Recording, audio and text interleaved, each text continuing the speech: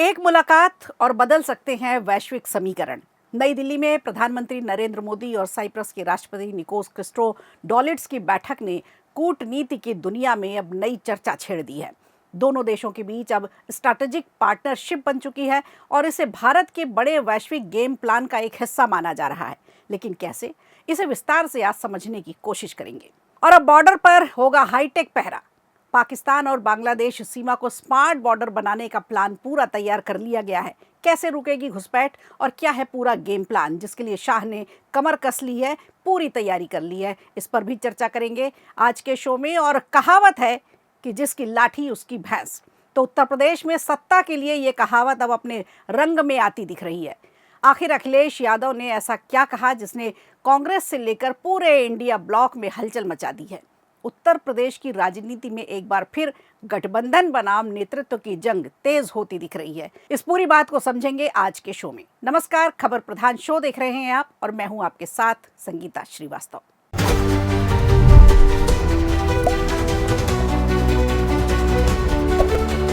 नए परिवेश में भारत भी वैश्विक गेम प्लान तैयार कर रहा है। नई दिल्ली में प्रधानमंत्री नरेंद्र मोदी के साथ साइप्रस के राष्ट्रपति की मुलाकात अब सिर्फ एक औपचारिक कूटनीतिक बैठक नहीं मानी जा रही, बल्कि इसे भारत की बड़ी रणनीतिक चाल के तौर पर देखा जा रहा है।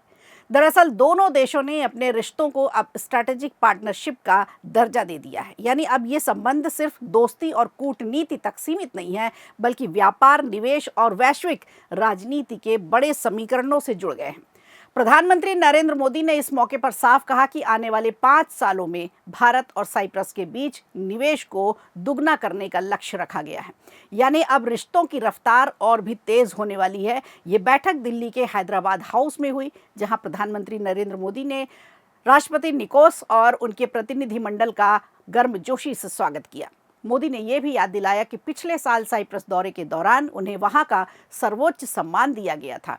उन्होंने कहा, भारत और साइप्रस के रिश्ते लोकतंत्र, कानून के शासन और संप्रभुता के सम्मान जैसे मजबूत मूल्यों पर आधारित है। और यही वजह है कि ये साझेदारी समय के हर परीक्षा में मजबूत साबित होती जा रही है। अब इस समझौते का सबसे बड़ा फोकस क्या है, इस पर बात कर लेते हैं। तो सबसे बड़ा फोकस ये है कि निवेश और व्यापार। पिछले 10 सालों में साइप्रस से भारत में निवेश लगभग दुगना किया गया है।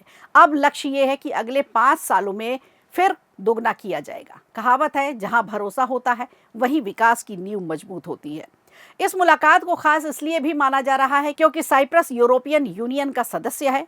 ऐसे में ये साझेदारी भारत के लिए यूरोप में एक मजबूत आर्थिक और रणनीतिक गेटवे साबित हो सकती है। यानी भारत अब यूरोप के छोटे लेकिन रणनीतिक रूप से अहम देशों के साथ अपनी पकड़ मजबूत बना रहा है और इसे एक बड़े वैश्विक गेम प्लान का हिस्सा भी माना जा रहा है। बैठक में वैश्विक मुद्दों पर चर्चा हुई। यूक्रेन युद्ध और पश्चिम एशिया के तनाव पर दोनों देशों ने शांति, संवाद और कूटनीति के जरिए समाधान निकालने की बात कही। पीएम मोदी ने यह भी कहा कि मौजूदा वैश्विक चुनौतियों से निपटने के लिए अंतर्राष्ट्रीय संस्थाओं में सुधार की बेहद जरूरत है। इससे साफ संकेत मिलता है कि भारत अब सिर्फ क्षेत्रीय शक्ति नहीं बल्कि वैश्विक मंच पर अपनी भूमिका को और भी ज्यादा मजबूत करना चाहता है। अब जो एक्सपर्ट हैं वो मानते हैं कि यह समझौता भारत की यूरोप रणनीति का एक बड़ा हिस्सा है, खासकर ऐसे समय में जब चीन भी यूरोप का अपना प्रभाव बनाने की कोशिश कर रहा है। इस साझेदारी में आने वाले समय में टेक्नोलॉजी, इंफ्रास्ट्रक्चर, फिनटेक और ग्रीन एनर्जी जैसे क्षेत्रों में भी बड़े निवेश और सहयोग की उम्मीद है। तो कुल मिलाकर ये मुलाकात सिर्फ तस्वीरों और बयानों तक सीमित नहीं है, बल्कि इसके पीछे एक लंबा और गहरा रणनीतिक रोड मैप छिपा हुआ है। और यही वजह है कि इसे कहा जा रहा है कि छोटा देश, बड़ी रणनीति और भारत का वैश्विक दांव।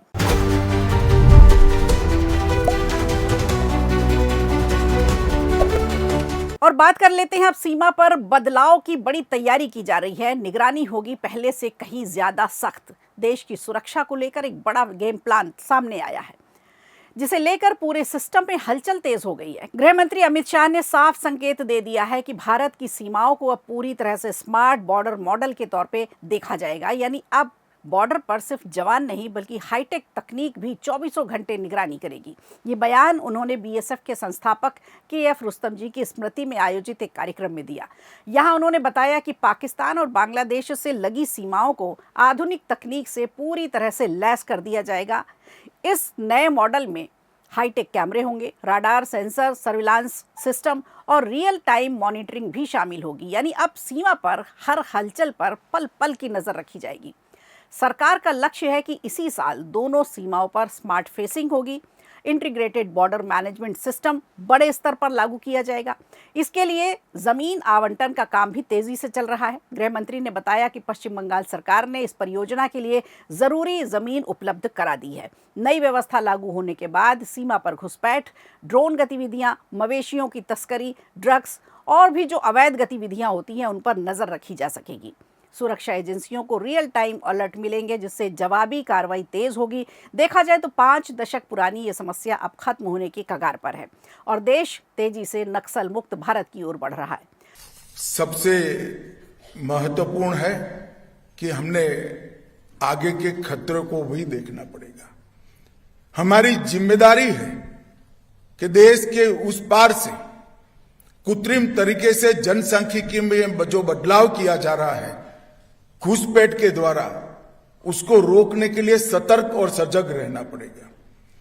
अर्थतंत्र पर नारकोटिक्स और फेक करेंसी के हमले से जिस प्रकार से हमारे अर्थतंत्र को खोखला करने का प्रयास हो रहा है, इसके लिए भी हमने सतर्क रहना पड़ेगा। साइबर चुनौतियां, हाइब्रिड वॉरफेयर और ड्रोन के खतरे, ये सभी के लिए एक नई रणनीति लेकर आना पड़ेगा। सुरक्षा का मतलब सिर्फ समस्या को रोकना नहीं, बल्कि उसे जड़ से खत्म करना है और यही सरकार की नीति भी है। पाकिस्तान को लेकर उन्होंने सख्त संदेश दिया कि भारत ने हर बार आतंक और घुसपैठ का मुंहतोड़ जवाब दिया है और अब जरूरत पड़ने पर सीमा के अंदर तक कार्रवाई की जा सकती है। सरकार ने बीएसएफ की भूमिका को और भी ज्यादा मजबूत बनाने का ऐलान किया है। अब बीएसएफ स्थानीय प्रशासन के साथ मिलकर काम करेगा। पश्चिम बंगाल, असम, त्रिपुरा जैसे जो सीमावर्ती राज्य हैं, जो बॉर्डर से लगे हुए हैं, और उनके साथ मिलकर सुरक्षा व्यवस्था को और भी ज़्यादा मजबूत किया जाएगा। तो कुल मिलाकर सरकार का संदेश बिल्कुल साफ है कि अब सीमाएं सिर्फ रेखाएं नहीं होंगी, बल्कि स्मार्ट शील्ड बनेगी जो हर खतरे को जन्म से पहले ही खत्म कर देगी।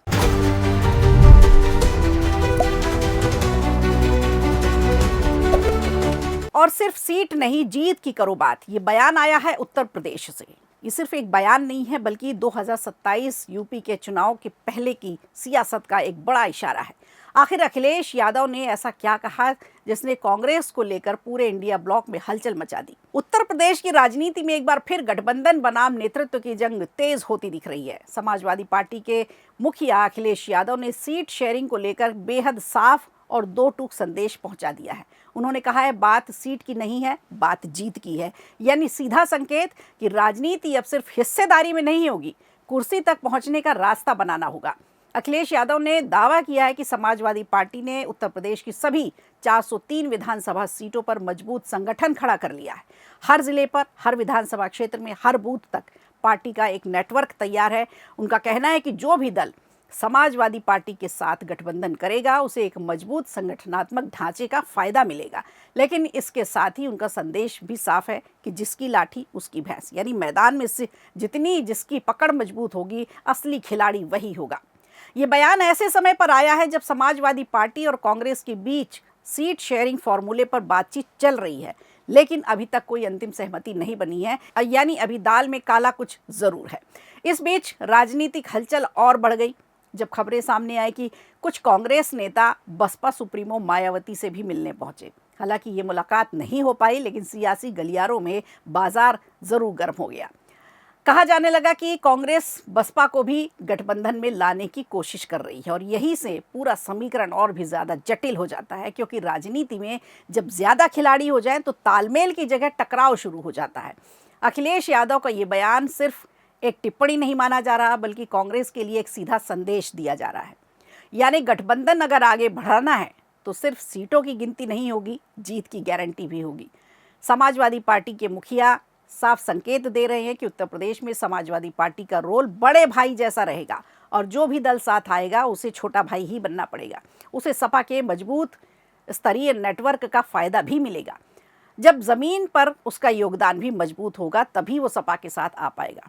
पिछले कुछ समय से अखिलेश यादव पीडीए फॉर्मूले को लगातार मजबूत कर रहे हैं। 2024 के लोकसभा चुनाव में इसी रणनीति और गठबंधन के जरिए सपा ने बीजेपी को यूपी में कड़ी टक्कर दी थी और 2027 के विधानसभा चुनाव से पहले ही सियासी शतरंज अब बिछनी शुरू हो गई है। तो हर पार्टी अपनी चाल चल रही है, हर बयान एक बड़ा संकेत माना जा रहा है। ऐसे में अखिलेश का संदेश बिल्कुल साफ है, पहले जमीन पर अपनी ताकत दिखाओ, फिर हिस्सेदारी की बात करो। कुल मिलाकर उत्तर प्रदेश की राजनीति में अभी से माहौल गर्म है और आने वाले समय में ये देखना होगा कि इंडिया गठबंधन एक साथ चलता है या फिर हर दल की राह अलग हो जाती है।